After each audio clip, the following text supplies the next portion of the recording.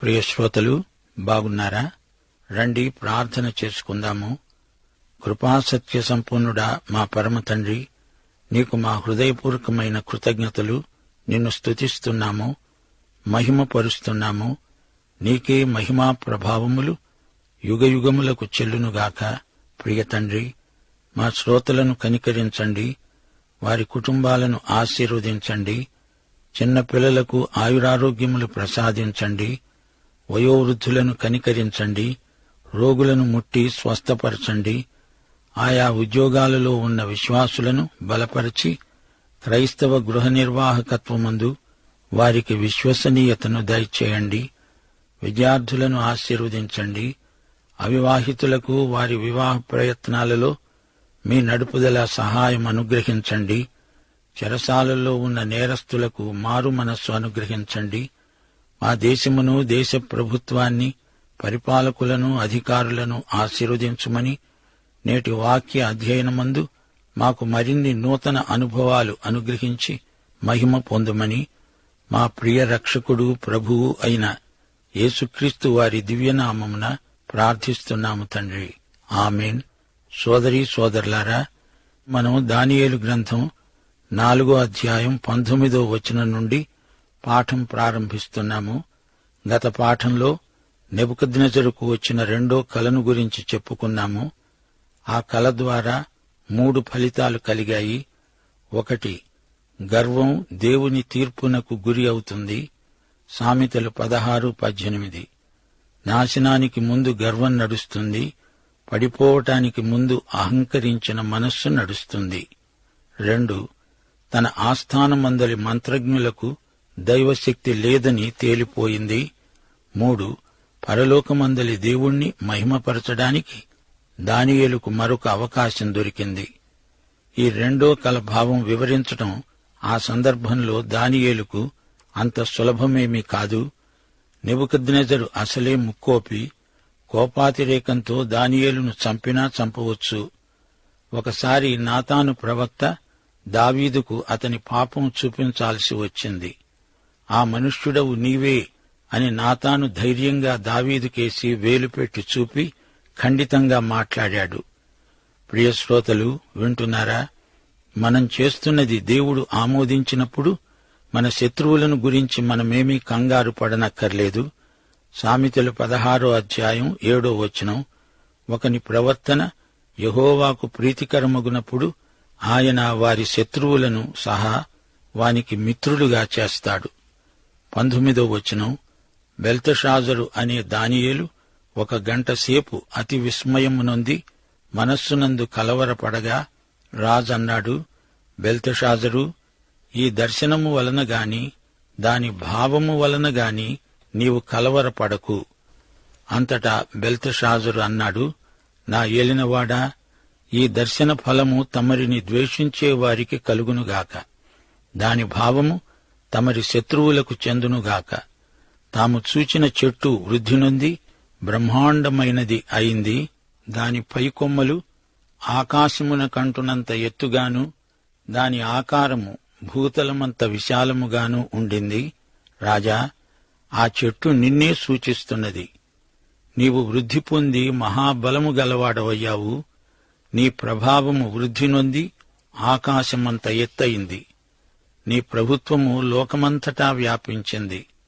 పరలోకము నుండి జాగరూకుడైన ఒక పరిశుద్ధుడు దిగివచ్చి ప్రకటిస్తే నీవు విన్నావు.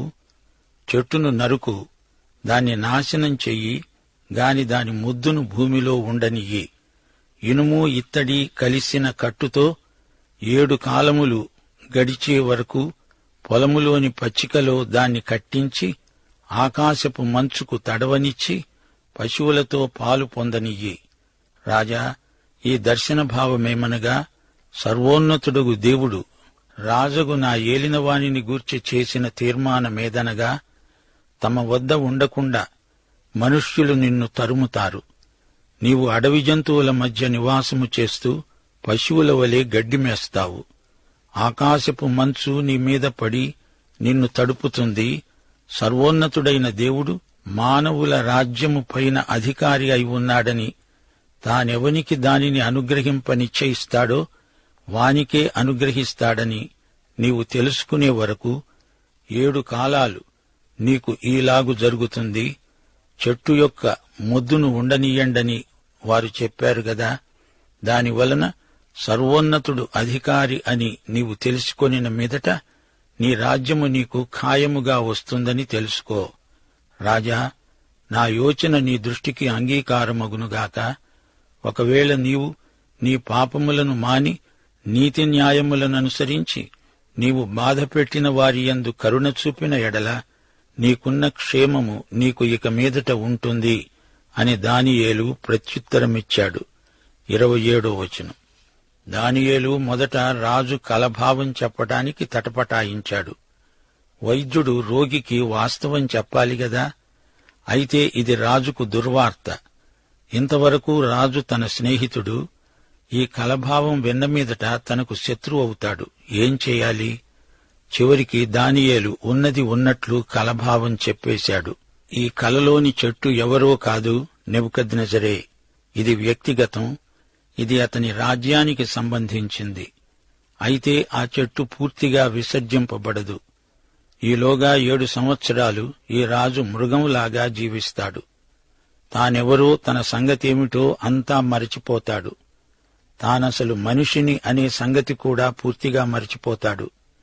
అతడు గర్వించి తానే ఒక విగ్రహమై అందరూ తనను నమస్కరించాలని శాసనం చేశాడు. అతని గర్వానికి గాను దేవుడతణ్ణి శిక్షిస్తున్నాడు. తాను ఒక అడవి జంతువై వన్యమృగమై అరణ్యంలో తిరుగాడుతాడు. అతని మానసిక రుగ్మత బాగా ముదిరిపోయింది. తాను మనిషిని అనే వాస్తవాన్ని కూడా పూర్తిగా మర్చిపోయాడు. ఇప్పుడు తానొక మృగాన్ని అనుకుంటున్నాడు.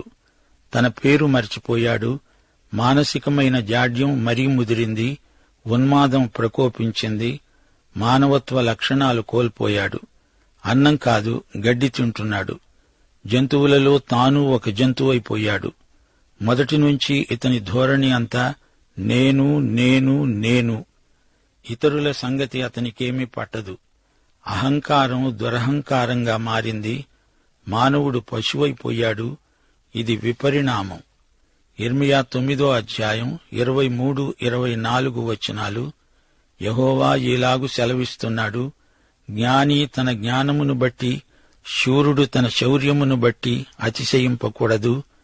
ఐశ్వర్యవంతుడు తన ఐశ్వర్యమును బట్టి అతిశయింపకూడదు. అతిశయించేవాడు దేనిని బట్టి అతిశయించాలంటే, భూమి మీద కృప చూపుతూ నీతి న్యాయములు జరిగిస్తున్న యెహోవాను నేనే అని గ్రహించి నన్ను పరిశీలనగా తెలుసుకొనుటను బట్టే అతిశయించాలి. అట్టి వాటిలో నేను ఆనందించేవాడనని యెహోవా సెలవిస్తున్నాడు. దేవుడు గర్వాన్ని అసహ్యించుకుంటాడు. సామెతలు 6వ అధ్యాయం 16 నుండి 19వ వచనం వరకు. యెహోవాకు అసహ్యమైనవి 6 కలవు, 7 ఆయనకు హేయములే. అవేవనగా అహంకార దృష్టి, కల్లలాడే నాలుక, నిరపరాధులను చంపే చేతులు, దుర్యోచనలు యోచించే హృదయము, కీడు చేయడానికి త్వరపడి పరుగెత్తే పాదాలు, లేని వాటిని పలికే అబద్ధ సాక్షి, అన్నదమ్ములలో జగడాలు పుట్టించేవాడు. శ్రోతలు, నెబుకద్నెజరుకు ఈ లక్షణాలన్నీ ఉన్నాయి. వీటన్నిటిలో మహాఘోరమైంది అహంభావం, అహంకారం. ఫిలిప్పి 2వ అధ్యాయం 8వ వచనంలో యేసు ప్రభువును చూడండి. ఆయన ఆకారమందు మనుష్యుడుగా కనపడి మరణము పొందునంతగా, అనగా శిలువ మరణము పొందునంతగా విధేయత చూపినవాడై తనను తాను తగ్గించుకున్నాడు. రక్షణ పొందిన వ్యక్తులలో గర్వం ఏ కోశాన ఉండకూడదు. 1 కొరింథీ 2వ అధ్యాయం 2వ వచనం. పౌలు మహాపండితుడై ఉండి ఏమన్నాడు? సిలువ వేయబడిన యేసును తప్ప మరేదీ ఎరుగకుందునని నిశ్చయించుకున్నాను. మనలో మనకేమున్నది గర్వకారణం? 1 కొరింథీ 4వ అధ్యాయం 7వ వచనంలో పౌలన్నాడు, నీకు ఆధిక్యము కలుగచేసేవాడెవడు? నీకు కలిగిన వాటిలో పరుని వలన నీవు పొందనిది ఏది? పొంది ఉండి పొందనట్లు నీవు అతిశయింపనేలా? 2 కొరింథీ 10వ అధ్యాయం 17వ వచనంలో పౌలు మళ్లీ అంటున్నాడు, అతిశయించేవాడు ప్రభువునందే అతిశయించాలి. శ్రోతలు, దానియేలు కలభావం వివరిస్తూ ఉంటే నెబుకద్నెజరుకు ఉన్న మతి కాస్తా పోయింది. అతనిలో శాంతి గతించింది. ప్రపంచాన్ని జయించాడు. అతణ్ణి ఎదిరించే రాజు లేడు, రాజ్యమూ లేదు. గాని అతడు పాపంలో జీవిస్తున్నాడు. నెబుకద్నెజరు, నీవు పశ్చాత్తాపం చెందాలి, పాపం నుండి తొలగి రావాలి, దేవుని వైపునకు తిరగాలి, నీతిగా జీవించాలి. లేకపోతే తీర్పు రాబోతోంది, దేవుని ఉగ్రత కృమ్మరించబడబోతోంది అని దానియేలు హెచ్చరించాడు. మారుమనసు పొందితే దేవునితో సమాధానం. ఇదే దేవుడు నెబుకద్నెజరుకు ఇస్తున్న చివరి హెచ్చరిక. ప్రియశ్రోతలు, తెలుసుకోండి, అనేక మానసిక సమస్యలకు కారణం ఆధ్యాత్మికం. అటివారు యేసు వద్దకు వస్తే మానసిక ఆధ్యాత్మిక శాంతి సమాధానాలను కలిగి ఆనందించగలుగుతారు. దానియేలు 4:28 నుండి 30 వరకు. దానియేలు చెప్పిందంతా రాజైన నెబుకద్నెజరుకు సంభవించింది. 12 నెలలు గడిచిన పిమ్మట అతడు తన రాజధాని అయిన బబులోనులోని నగరునందు సంచరిస్తూ ఉండగా రాజు తనలో తాను అనుకున్నాడు, బబులోను అనే ఈ మహావిశాల పట్టణము నా బలాధికారమును, నా ప్రభావ ఘనతను కనపరచడానికి నా రాజధాని నగరముగా నేను కట్టించినది కాదా? దానియేలు హెచ్చరికలను నెబుకద్నెజరు వినలేదు. 1 సంవత్సరం కృపావకాశం గతించింది. తీర్పు రానే వచ్చింది. దేవుని దీర్ఘశాంతం ఎంతో గొప్పది. కాని మూర్ఖులు దేవుని కృపను, ఆయన దీర్ఘశాంతమును గమనించరు. మారు మనసు పొందరు, పశ్చాత్తప్తులు కారు. ప్రసంగి 8:11 దుష్క్రియకు తగిన శిక్ష శీఘ్రముగా కలుగకపోవుట చూచి మనుష్యులు భయము విడిచి హృదయపూర్వకముగా దుష్క్రియలు చేస్తారు. రాజు పని అయిపోయింది. ఒక్క పెట్టున కుప్పకూలిపోయాడు. ఇదంతా తన ఘనత అనుకుని త్రుళ్ళిపడ్డాడు. గర్వాంధుడైపోయాడు. తనకిదంతా ఇచ్చింది దేవుడే అని మరచిపోయాడు. ఈ మహాబబులోను నేను నిర్మించిందే గదా అంటూ తనలో తానే ప్రగల్భాలు పలికాడు. చరిత్రలో అనేక మంది రాజ్యాధినేతలు తమ వైభవాన్ని చూచుకొని తామే ఎంతో అతిశయించారు. యువతీ యువకులారా, మీ మట్టుకు మీరు చిన్న చిన్న రాజ్యాలు స్థాపించాలని ఊవిళ్లూరుతున్నారా? అది విషాదాంతమవుతుంది. వ్యక్తిగత జీవితాలను కట్టండి. రాజ్యాలను నిర్మించే విఫల ప్రయత్నం చేయకండి. దేవుడు నీకేమి చేస్తాడో, ఏమిస్తాడో, ఎంతిస్తాడో అదే నీదవుతుంది. దానియేలు 4:31 నుండి 33 వరకు. రాజు నోట ఈ మాట ఉండగా ఆకాశము నుండి ఒక శబ్దము వచ్చింది. ఏదనగా, రాజైన నెబుకద్నెజరు, ఇదే నీకు ప్రకటన. నీ రాజ్యము నీ వద్ద నుండి తొలగిపోయింది. తమ వద్ద నుండి మనుష్యులు నిన్ను తరుముతారు. నీవు అడవి జంతువుల మధ్య నివాసము చేస్తావు. పశువు వలె గడ్డి మేస్తావు.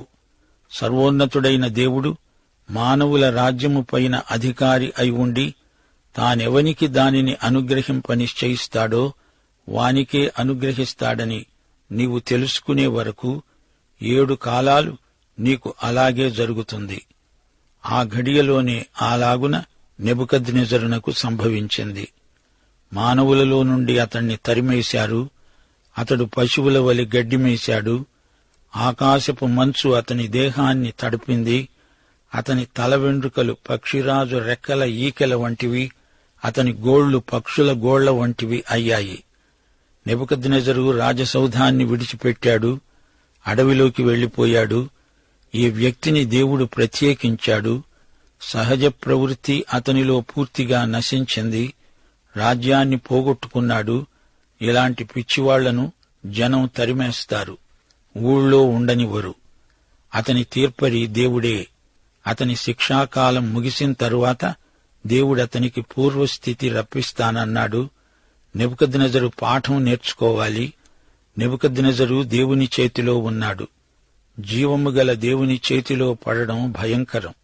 34 ఆ కాలము గడిచిన పిమ్మట నెబుకద్నెజరు అనే నేను మరల మానవ బుద్ధి గలవాడనై నా కన్నులు ఆకాశము తట్టు ఎత్తి చిరంజీవి సర్వోన్నతుడు అయిన దేవుణ్ణి స్తోత్రము చేసి ఘనపరచి స్తుతించాను. ఆయన ఆధిపత్యము చిరకాలము వరకు, ఆయన రాజ్యము తరతరాలకు ఉన్నాయి. నెబుకద్నెజరు తిరిగి పూర్వస్థితికి వచ్చాడు, బాగయ్యాడు. ఈ అధ్యాయం మొదట్లో నెబుకద్నెజరు దేవుణ్ణి స్తుతించినట్లే ఇక్కడ కొన్ని స్తుతివాక్యాలు పలుకుతున్నాడు. 35వ వచనం, భూనివాసులందరూ ఆయన దృష్టికి ఎన్నికకు రానివారు.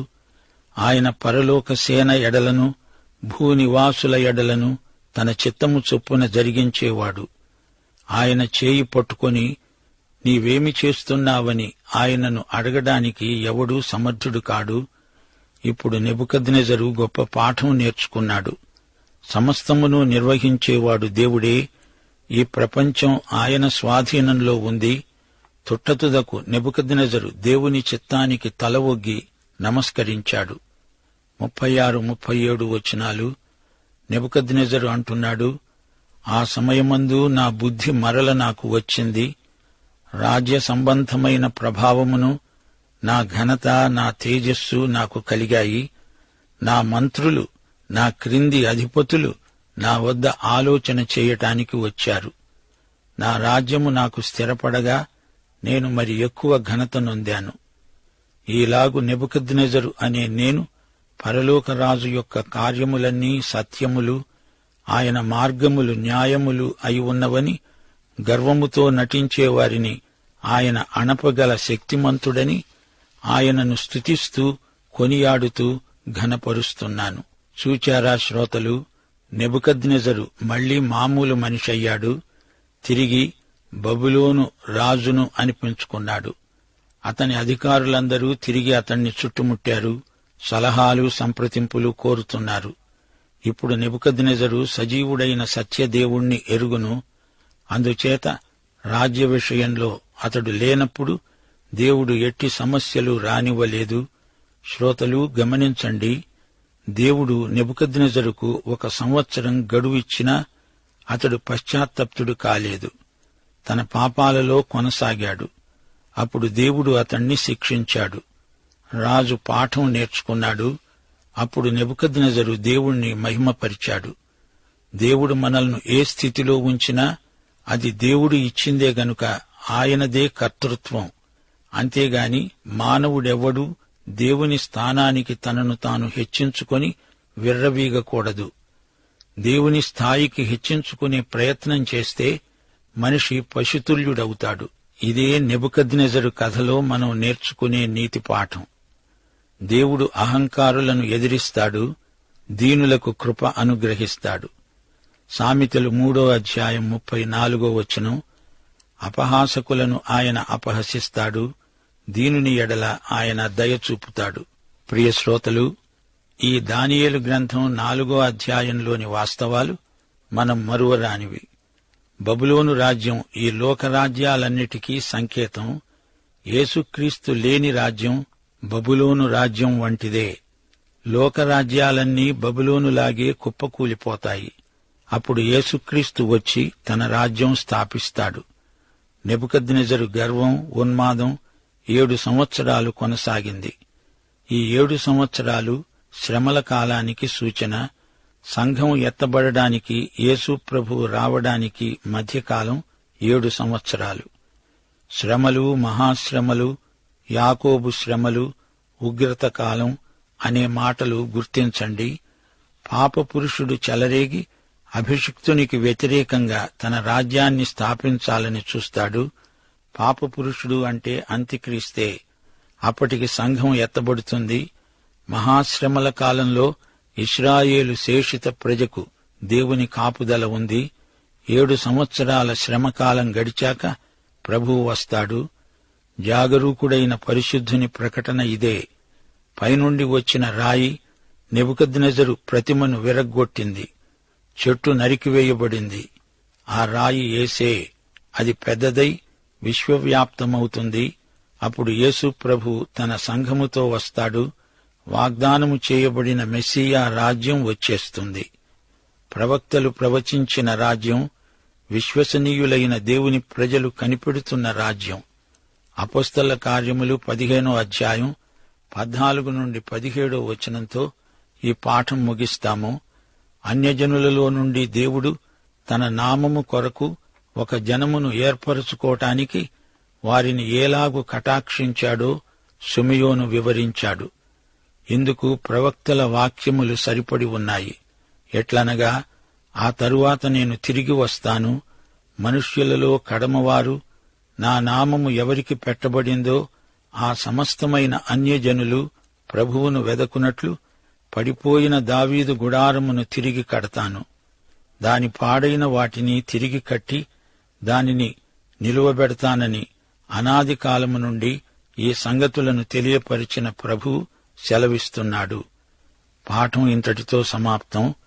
ప్రభు అయిన యేసుక్రీస్తు వారి దివ్య కృప, తండ్రి అయిన దేవుని పరమ ప్రేమ, పరిశుద్ధాత్మ యొక్క అన్యోన్య సహవాసము, సమాధానము మనకందరికీ సదాకాలము తోడై ఉండునుగాక. ఆమేన్.